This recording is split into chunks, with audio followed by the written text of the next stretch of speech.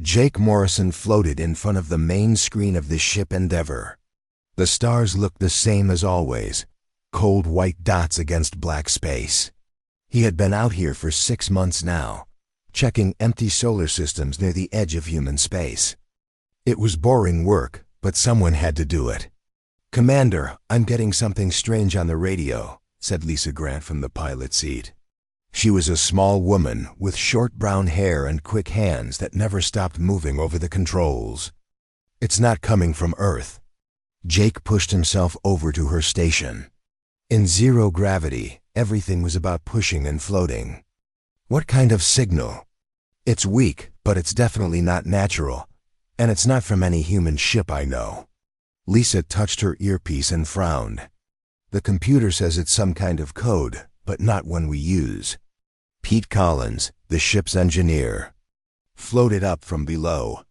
He was a big man with thick arms and grease under his fingernails. "Did someone say we got a signal?" "From who?" "That's what we're trying to figure out," Jake said.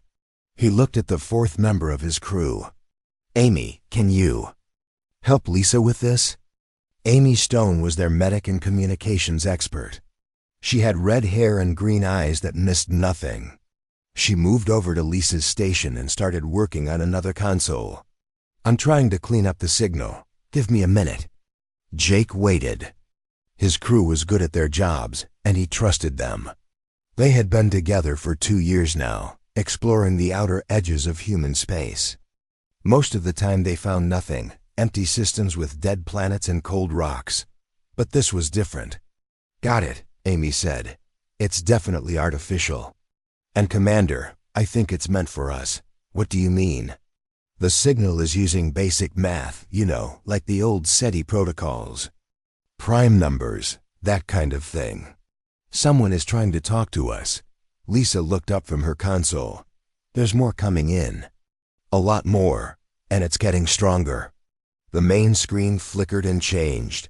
Instead of stars, they saw a face. But it was not a human face. The being looked like it was made of blue crystal, with no eyes that Jake could see, but somehow he knew it was looking at them. When it spoke, the voice came from the ship's speakers in perfect English. "Greetings, inhabitants of the third planet. I am Zix-9, ambassador of the Galactic Federation. We have been watching your species for some time. We need your help." Jake felt his heart start beating faster. First contact. After all these years of looking at empty space, they had finally found someone else, or someone else had found them. "This is Commander Jake Morrison of the Earthship Endeavour. We can hear you." The crystal being seemed to relax a little. "Commander Morrison, I must be direct. Our civilization is dying. 12 of our worlds have been consumed by something we cannot fight. We have studied your planet and your species. You live on what we call a Class 10 death world. Most life in the galaxy cannot survive on such a hostile planet." Pete laughed. "Hostile? Earth is hostile?" Zix-9 continued as if he had not heard. "Your gravity is 3 times normal. Your atmosphere is poison to most species. Your planet is covered in deadly bacteria and viruses. Your weather can kill. Your animals hunt and eat each other. By all rights, nothing should be able to live there." Amy looked at Jake. "I think he's talking about Earth." "But you do live there," Zix-9 said. "You thrive there. And now we need that strength. We need warriors who can survive anything. We need Deathworlders." The screen changed to show images that made Jake's stomach turn. Planets covered in black, moving things that looked like they were alive. Ships that seemed to be made of meat and bone instead of metal. Cities that pulsed like giant hearts. "This is the Void Blight," Zix-9 said. "It was created long ago as a weapon by a species that no longer exists.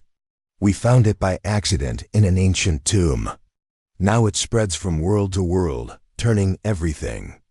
It touches into part of itself. Our people become those things you see. Our cities become living nightmares." Lisa was staring at the screen with wide eyes. "That's horrible. We have tried everything. Our weapons do nothing. The blight adapts to everything we use against it. It learns from each world it takes. It is getting stronger, and we are getting weaker. Jake found his voice. What makes you think we can help? Because you survived on a death world. Because you fight your own planet every day just to live. Because you have something we lost long ago. The will to do whatever it takes to survive.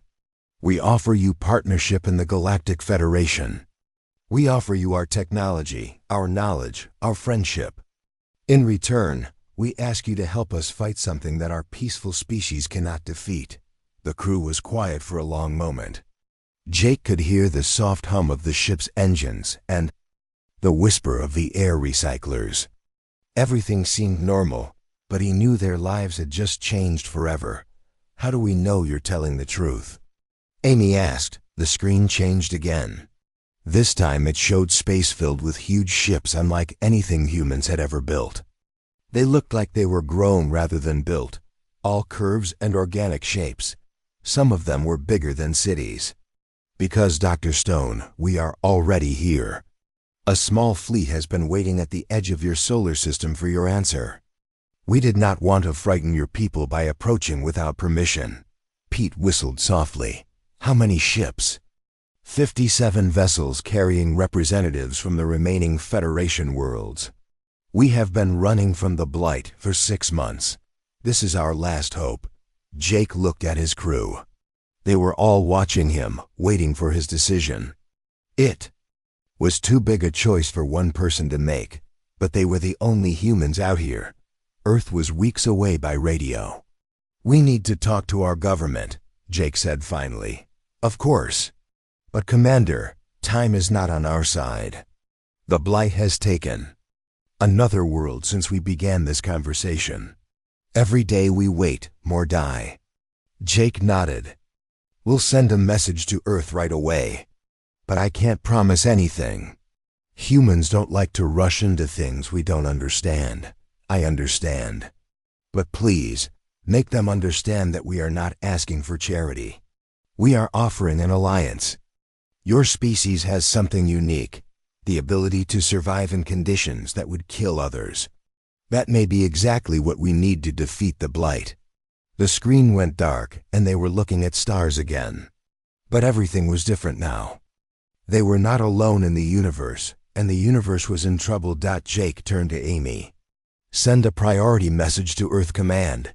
Tell them we've made contact, and they need to hear this. What should I tell them we found? Amy asked. Jake looked out at the stars, thinking about the crystal being and the horrible images of the blight. Tell them we found neighbors, and they need our help. 3 weeks after Jake Morrison sent his message to Earth, the biggest ship humans had ever built dropped out of hyperspace. The Resilience was not pretty like the alien ships. It looked like a flying city made of gray metal and weapons. Captain Maria Santos stood on the bridge, watching the Federation fleet through the main window. My God, she whispered. Look at them. Her crew pressed against the windows to see. The alien ships looked like they were made of light and crystal. They moved like fish swimming through water instead of machines flying through space. Some were shaped like flowers, others like shells from the ocean. They were beautiful, but they also looked fragile. Captain, we're getting a signal from the lead ship, said Ryan Clark, her tactical officer. He was a tall black man with sharp eyes who never missed anything dangerous. They want to talk. Put them through. The screen showed Ambassador Zix-9 again, but this time he was not alone. Behind him stood other aliens, some that looked like walking trees, others like floating jellyfish, and some that seemed to be made of pure energy. They all looked tired and scared. Captain Santos, welcome. We are grateful that your people have come. Maria nodded. We're here to help, but we need to understand what we're fighting first. Of course, we have prepared a meeting place. Please bring your experts. We have much to show you. 2 hours later, Maria and her team floated through the docking tube that connected their ship to the Federation station. Dr. Kate Williams, Their xenobiologist was so excited she could barely contain herself. She was a small woman with curly blonde hair who had spent her whole life studying life on other worlds. Now she was about to meet it. "Remember, people," Maria said as they moved through the tube. "We're representing all of humanity here. Let's make a good impression." The airlock opened, and they stepped into another world. The Federation station was like a garden in space. Plants grew on the walls, and water flowed in streams through the air. The aliens moved among the plants like they belonged there. Everything was soft and peaceful and clean. "Welcome to Haven Prime," said Zix9, appearing beside them. Up close, he was even stranger. His crystal body reflected light in rainbow colors, and when he spoke, the sound seemed to come from everywhere at once. "This station houses 12 billion refugees from the worlds the Blight has taken." Sam Torres, Maria's Marine commander, looked around with professional eyes. He was a tough man with scars on his hands, and the kind of calm that came from seeing too much fighting. "Where are your defenses, your weapons?" Zix9 seemed confused. "We are a peaceful people, Commander Torres. We have not needed weapons for thousands of years." Sam and Maria exchanged looks.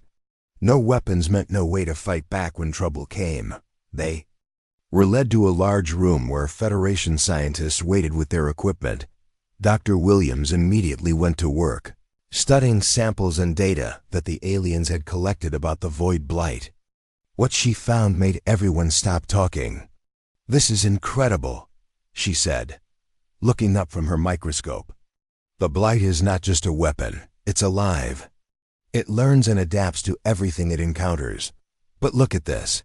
She put a drop of human blood next to a sample of the Blight on a slide. Through the microscope, they could see the Blight trying to attack the blood cells, but something was wrong. Instead of taking over the human cells, the Blight was being destroyed. "Our immune system is fighting it off," Dr. Williams explained. "Not just fighting it, killing it. The bacteria and viruses we carry naturally are toxic to the Blight." Chief Researcher Velka, who looked like a walking tree with silver bark, made a sound like wind through leaves. "This is impossible. The Blight has consumed everything it has encountered. How can your biology resist it?" Dr. Williams smiled. "Because we come from what you call a death world. On Earth, everything is trying to kill everything else. Our bodies have learned to fight off diseases that would destroy most life forms. We carry thousands of different bacteria and viruses that help us survive. To us, they're normal. To the Blight, they're poison." While the scientists worked, Sam Torres was trying to train Federation security forces. It was not going well. The aliens were gentle creatures who had never known violence. When he showed them how to hold a weapon, they looked like he was asking them to hold a snake. "Commander Torres," said Security Chief Ken 5, a floating jellyfish creature that glowed soft blue. "Our people have evolved beyond the need for violence. We cannot simply become warriors overnight." Sam watched as a group of tree-like aliens tried to march in formation. They kept stopping to help flowers that were growing in the corridor. "I understand that, but if you want to survive, you need to learn to fight." "Perhaps," said a new voice, "there is another way." They turned to see Velka approaching with Dr. Williams. The tree alien was carrying data, tablets that glowed with strange symbols. "Dr. Williams has made a discovery that changes everything," Velka said. "Your species is not just immune to the Blight. You are actively harmful to it. Every breath you take, every drop of sweat, every bit of genetic material you shed is toxic. To the Blight organism." Maria felt a chill run down her spine. "What are you saying?" "I'm saying," Dr. Williams replied, "that humans don't just resist the Blight. We're walking biological weapons against it. The question is, can we weaponize that?" Over the next few days, the combined human and Federation science teams worked around the clock. They discovered that Earth bacteria, when enhanced with Federation technology, could spread through the Blight network like a disease. The same aggressive life forms that made Earth a death world could be turned into a cure for the galaxy's greatest threat. But there was a problem. To deploy the biological weapons effectively, someone would have to get close to the Blight's core systems. Close enough to be infected themselves. Close enough that they might not come back. "We need volunteers," Maria announced to her crew. "This won't be a normal mission. We'll be going into the heart of Blight territory. Some of us might not make it home." Every hand on the bridge went up. Ryan Clark spoke for all of them. "Captain, we didn't come out here to play it safe. If Earth's children are the only ones who can stop this thing, then that's what we'll do." Maria looked around at her crew, her friends, and felt proud to be human. They were scared, she could see it in their eyes, but they were ready to do what needed to be done. That was what made them different from the gentle Federation species. Humans had learned long ago that sometimes the only way to save something was to be willing to lose everything. Outside the windows of Haven Prime, the stars looked peaceful and quiet. But Maria knew that somewhere out there, the Void Blight was spreading, consuming worlds and turning them into nightmares. Soon, they would have to go out there and face it. She just hoped that being from a death world would be enough. The combined fleet moved through space like a pack of wolves hunting. The Federation ships stayed back while the human vessels pushed forward into the dead zone. Captain Maria Santos watched the sensor readings change as they got closer to the Kepler system. Everything that should have been normal was wrong. "Captain, the readings don't make sense," said Ryan Clark from his station. "The planets are showing life signs, but not the kind we expect." Maria looked at the screen. The Kepler system had once been home to the Ethon people, a peaceful race that built beautiful cities and studied the stars. Now the planets looked like they were covered in red veins that pulsed like a heartbeat. "Dr. Williams, what do you think?" Maria asked. Kate Williams studied her readings with growing horror. "The Blight has turned the entire system into one giant organism. The planets, the moons, even the asteroids, they're all connected, all alive." The ship shuddered as something big moved past them in the darkness. Through the windows, they could see shapes that might have once been ships, but now looked like they were made of bone and flesh instead of metal. "Those were Ethon vessels," whispered Zix-9, who had come along as their guide. His crystal body was dim with sadness. "Beautiful ships that could dance between the stars. Now look at them." The twisted ships moved with purpose, patrolling the edges of the system like guard dogs. They seemed to sense the approaching fleet but did not attack immediately. Instead, they watched and waited. "They're learning about us," Tony Blake said. He was Maria's best Marine sergeant, a quiet man who had fought in 3 wars and never talked about any of them.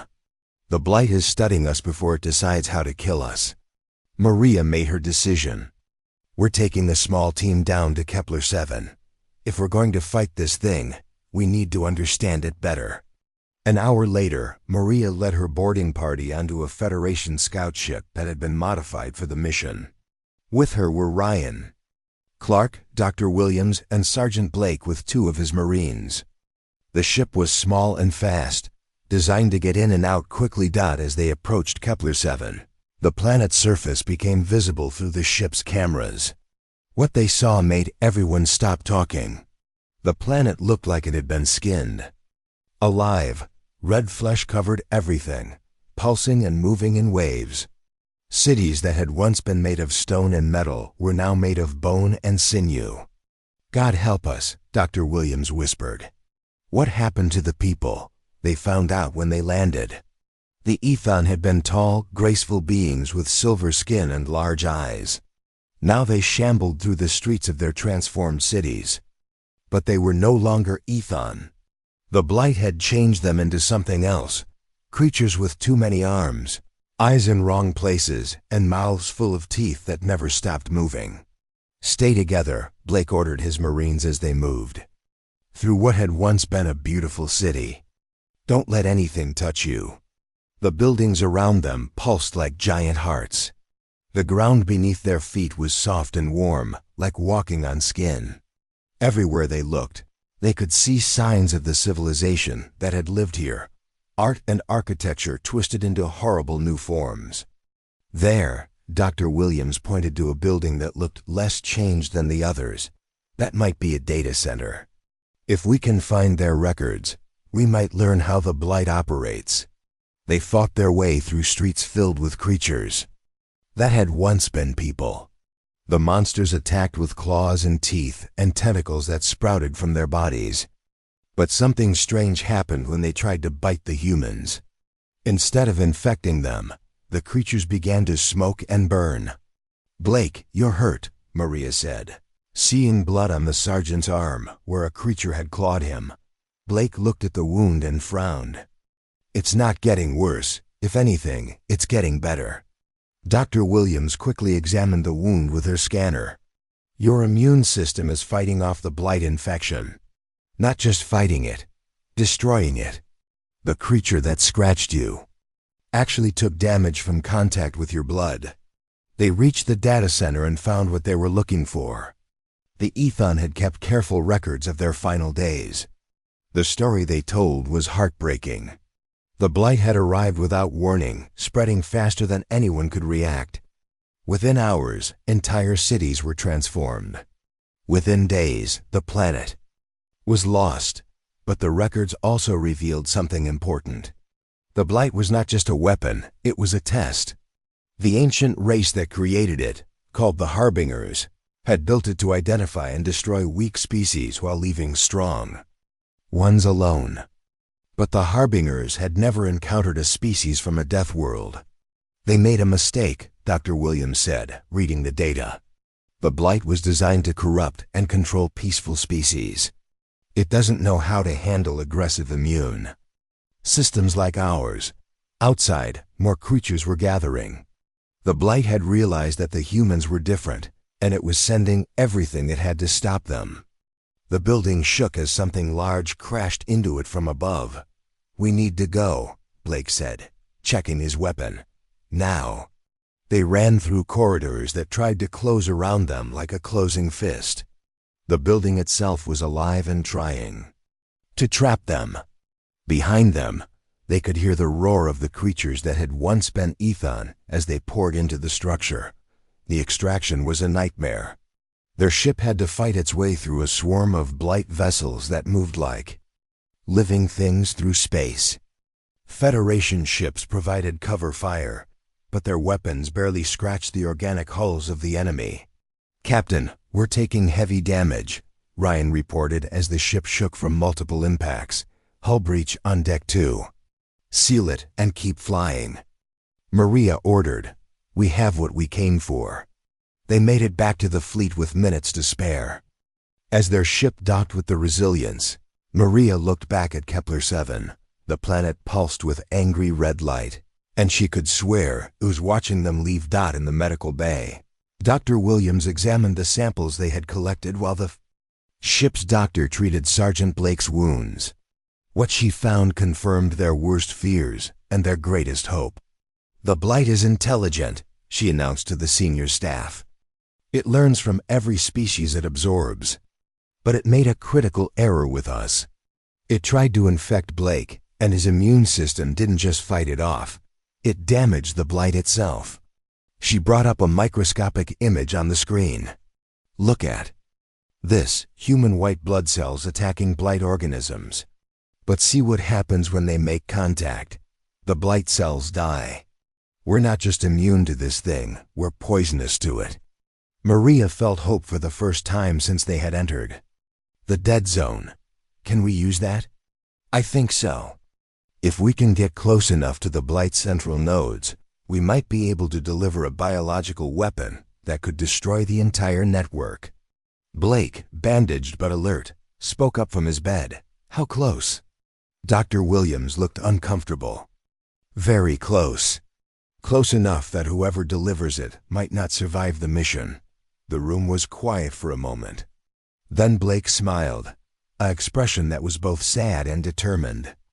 "Doc, we're from Earth. We've been preparing for missions like this our whole lives." Maria looked around at her crew and felt the same pride she always felt when she saw humans at their best. They were scared, but they were ready. That was what made them different from the gentle Federation species. Humans had learned that sometimes the only way to save something was to be willing to sacrifice everything. Outside their ship, the Void Blight waited in the darkness, spreading its infection to new worlds, but now they knew its weakness. The question was whether they could exploit it before it learned how to fight back. Back at Haven Prime, the Federation leaders gathered in their great council chamber. The room was filled with beings from dozens of worlds, crystalline entities like Zix-9, floating jellyfish creatures, walking trees, and energy beings that glowed with soft light.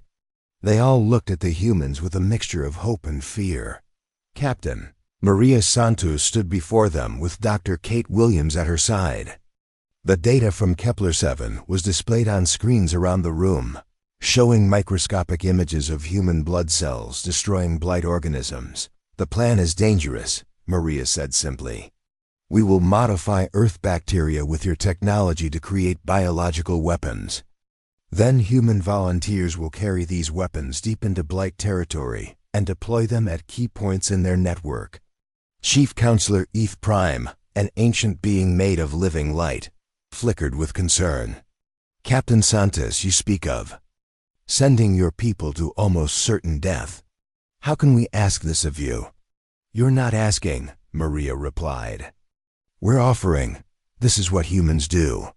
We fight for those who cannot fight for themselves." Dr. Williams stepped forward. "The science is sound. We can enhance Earth's most aggressive bacteria with Federation biotechnology. These enhanced organisms will spread through the blight network like a plague, destroying it from within." Velka, the tree-like chief researcher, rustled his silver leaves. "But to deploy these weapons effectively, the carriers must allow themselves to be partially infected.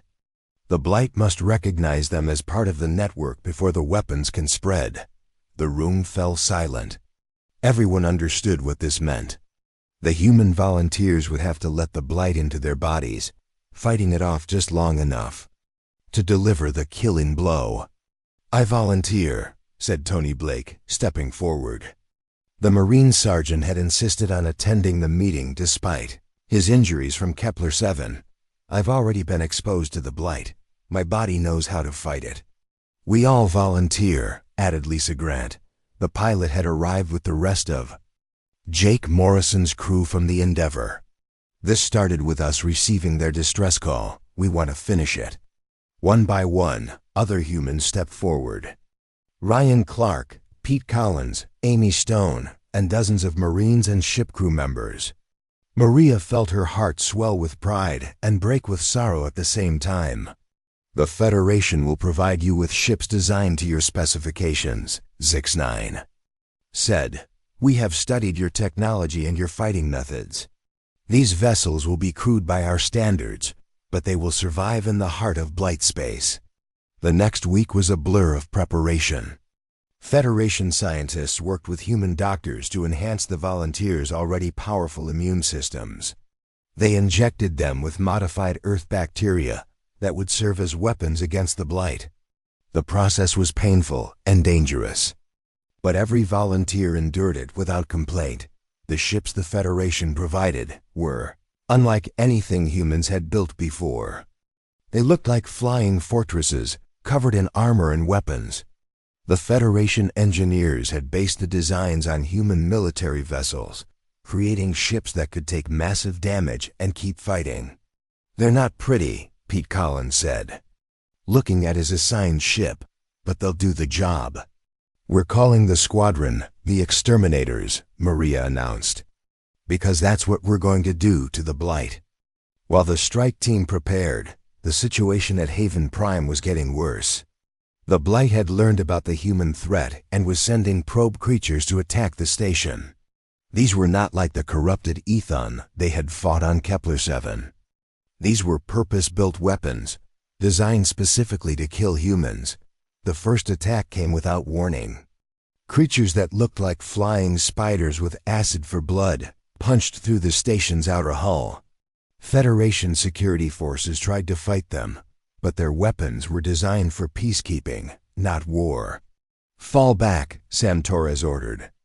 "The Federation forces. Let us handle this." Human Marines moved through the corridors of Haven Prime with grim efficiency. They had trained for fighting in space stations and knew how to use the tight spaces to their advantage.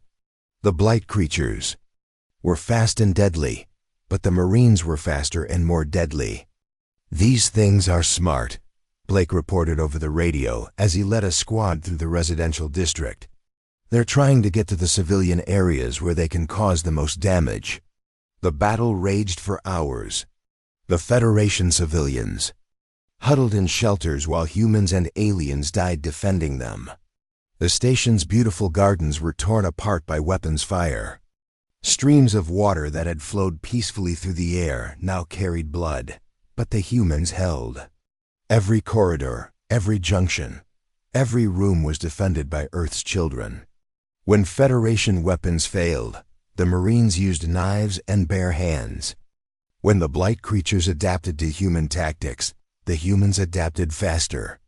"Status report," Maria demanded from the command center. "We've stopped them," Torres replied, "but barely." "And Captain, this was just a probe. The real attack is coming."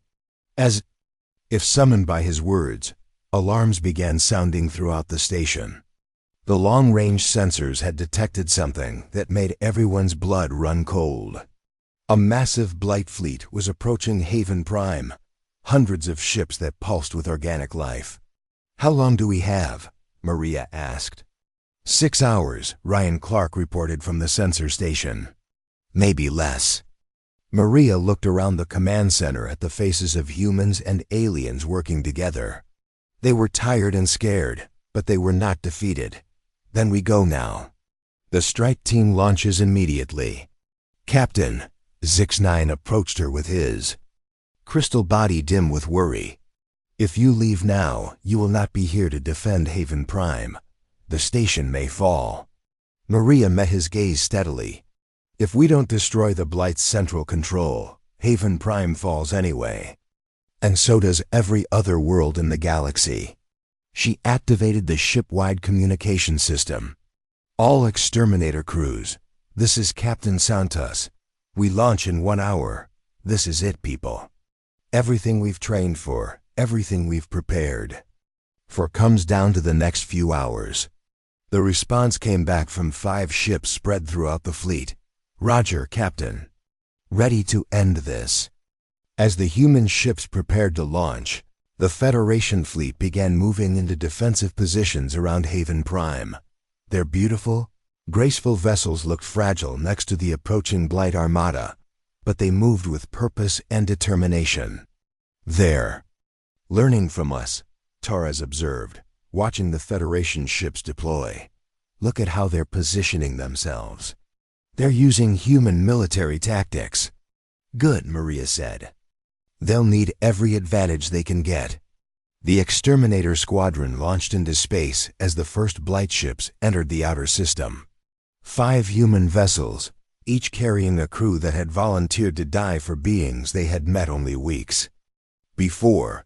Each ship headed toward a different target deep in Blight space, carrying biological weapons that could save the galaxy. As Maria watched Haven Prime shrink behind them, she saw explosions beginning to light up the space around the station. The final battle for the Federation had begun, and she was flying away from it. It went against every instinct she had as a soldier and a protector. But sometimes, she knew, the only way to save something was to leave it behind and trust others. To hold the line. The Federation had learned to fight from watching humans. Now it was time to see if they had learned well enough to survive. In the distance, the Void Blight's central systems waited in the darkness, pulsing with malevolent intelligence. Soon, they would learn what it meant to threaten the children of a death world. The 5 exterminator ships flew through space like arrows shot from a bow. Behind them, Haven Prime burned under the assault of the massive Blight fleet. Captain Maria Santos forced herself not to look back. Her job was ahead of her, in the dark heart of Blight space where the ancient weapon waited. "All ships report in," she ordered over the radio. "Exterminator 2, ready," came Tony Blake's voice. The sergeant was flying alone in his ship, heading for the infected remains of the Ethon homeworld. "Exterminator 3, on course," reported Lisa Grant. The pilot was taking her ship toward a cluster of blight-breeding worlds where new creatures were being made. "4 here, all systems green," said Pete Collins. The engineer was targeting the Blight's main supply lines. "5 ready to party," added Amy Stone. The medic was heading for what the Federation believed was a major control node. Maria's target was the most dangerous of all, the tomb world where the Harbingers had first created the Void Blight. If she could destroy the original control system, the entire network might collapse. The journey into Blight space was like flying into a nightmare. The stars themselves looked wrong, flickering with diseased light. Planets hung in space like giant tumors, pulsing with alien life. Ships made of bone and flesh drifted between the worlds like sharks waiting to feed. "Captain, I'm getting readings that don't make sense," Ryan Clark reported from his station. "The entire region is alive. It's like the Blight has turned this part of space into one giant organism." Maria nodded. "The deeper they went, the more hostile everything became. The very vacuum around them seemed thick and poisonous. Their ship's hull began to change color, taking on a sickly green tint as microscopic blight organisms tried to eat through the metal. "Beginning partial infection protocol," Dr. Williams announced from the medical bay. She injected herself with a controlled dose of blight material, just enough to fool the alien network into thinking she belonged. The process was agony, but it was the only way to get close to their target. One by one, the other ships reached their destinations and began their attacks. Tony Blake's voice crackled over the radio as he fought his way through swarms of corrupted Ethon ships. "Deploying weapon now. Tell my kids I love them." His signal cut out in a burst of static. Lisa Grant made it to the breeding worlds before her ship was overwhelmed. "Weapon away. Give them hell, people." Her ship exploded in a ball of fire that lit up 3 planets. Pete Collins fought for an hour before his damaged ship finally broke apart. "Got the supply lines. The weapon is spreading." His last transmission was barely a whisper. Amy Stone lasted the longest, diving her ship directly into a blight control center. "This is for everyone they killed." The explosion took out an entire moon. Maria felt tears running down her face as she listened to her friends die. But she could not stop. Not when she was so close to the source. The tomb world appeared ahead of them, a planet covered in black. Pyramids that reached towards space like claws. This was where it had all started, where the Harbingers had built their ultimate weapon. The planet's surface crawled with movement as billions of blight creatures sensed her approach. "Captain," Ryan said quietly, "we're not going to make it out of this one." "I know," Maria replied. "But we're going to finish it." Their ship crashed through the planet's atmosphere, taking damage from weapons that shot beams of living flesh. They hit the surface hard, near the largest pyramid. Maria and Ryan ran from the wreckage as creatures poured out of the ground around them. The pyramid's entrance was guarded by things that had once been Harbingers, tall, proud beings now twisted into monstrous shapes. They spoke with voices like breaking glass, trying to convince the humans to join the collective. "You could be gods," the lead creature hissed. "Add your strength to ours. Help us spread across the galaxy." "Thanks, but no," Maria said, shooting it in what might have been a face. They fought their way into the pyramid's heart, where the original blight control system waited. It was beautiful and horrible at the same time. A living computer made of crystal and flesh that pulsed with the thoughts of every species the blight had consumed. The system spoke to them with the voices of the dead. "Why do you resist? We offer unity. We offer perfection." Because we're human, Maria said, pulling out the biological weapon Dr. Williams had created. We like our imperfection just fine. She activated the device as Ryan held off the attacking creatures. The weapon released a cloud of enhanced Earth bacteria that began eating through the Blight's neural networks. The control system screamed with a sound like worlds dying, but the Blight fought back. Tendrils of living metal reached for Maria, trying to drag her into the system to become part of it. Ryan threw himself between them, letting the tendrils pierce his body instead. Do it now, he gasped as the Blight tried to convert him. Before it adapts. Maria drove the weapon deep into the heart of the control system. The bacteria spread like wildfire, destroying millions of years of accumulated knowledge and power. The pyramid began to collapse around them as the Blight network convulsed in its death throes. Across the galaxy, infected worlds shuddered as the bacterial weapons reached critical mass. Planets that had been consumed began to show signs of life again. The horrible ships made of flesh and bone simply fell apart, their controlling intelligence destroyed. Maria and Ryan did not live to see their victory.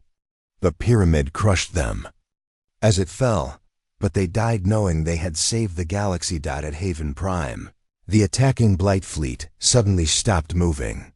The organic ships hung motionless in space for a moment, then began to break apart. Federation forces watched in amazement as their enemies simply dissolved into harmless debris. It's over, Zix-9 announced to the station. The humans have done it, the Blight is dead. The celebration that followed lasted for days. Across the galaxy, surviving Federation worlds sent messages of gratitude. The species that had once called Earth a death world now saw it as the cradle of their salvation. Jake Morrison, now promoted to Admiral, stood on the bridge of a new ship, one built with both human and Federation technology. Around him, mixed crews of humans and aliens worked together, preparing to patrol the galaxy's borders. Any word from the outer sectors? He asked.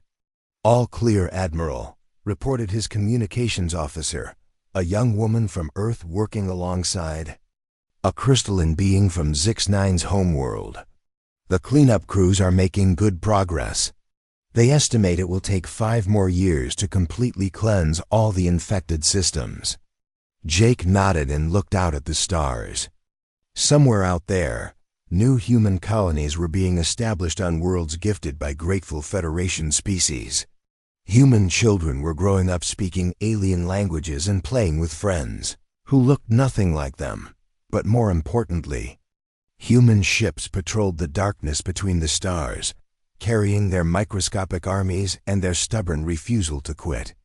They were the galaxy's guardians now, the protectors who stood watch while others slept peacefully. The Federation had learned something important from their contact with humanity. Sometimes the greatest strength came not from perfection or peace, but from the willingness to fight for something bigger than yourself. The children of the Death World had taught them that survival was not just about staying alive. It was about making sure others could stay alive too. And in the depths of space, where new threats might someday emerge, that lesson would serve them well.